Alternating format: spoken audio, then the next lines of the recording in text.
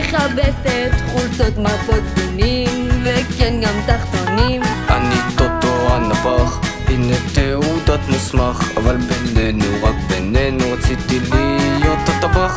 שלום לכל הילדים, הקשיבו לסיפור על קושי רב שמתגבר ולא חווים שיפור, על בעלי המלאכה שקוראים לחור, על טוטו בסנדי גם בקפצוני המטור. אני סנדי הסנדלר, עובד עד מאוחר, מתקן את הנעליים כאילו אין מחר. אני קפצון החייט, עובדים וכסף לא נשאר, אך למרות הקושי